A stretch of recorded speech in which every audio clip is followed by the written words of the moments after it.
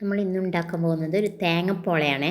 ഇതൊരു പകുതി തേങ്ങയാണ്. പകുതി തേങ്ങ ഒന്ന് നമുക്ക് 2 സ്പൂണ് നെയ്യിലിട്ട് വറുക്കുക. പഞ്ചസാരയോ ആവശ്യത്തിന് ഒരു 5-6 സ്പൂണ് പഞ്ചസാര ഇട്ടാൽ മതി കേട്ടോ.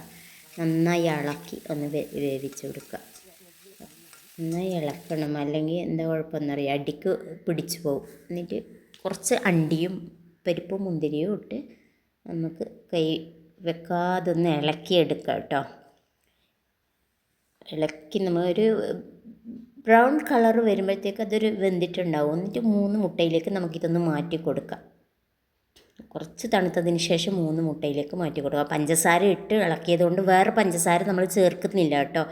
ആവശ്യത്തിന് പിന്നെ വീണ്ടും നല്ല മധുരം വേണമെങ്കിൽ കുറച്ച് പഞ്ചസാര ചേർത്ത് കൊടുത്തു. എനിക്കിത് പാകത്തിനാണ് പഞ്ചസാര കേട്ടോ.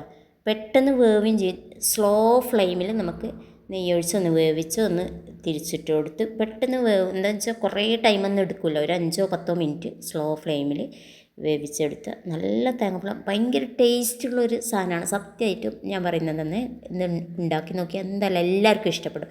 റമദാനല്ലേ വരുന്നത് നമുക്കപ്പോൾ നല്ല എളുപ്പത്തിൽ ഉണ്ടാക്കാൻ പറ്റിയ ഒരു സ്നാക്സാണ്.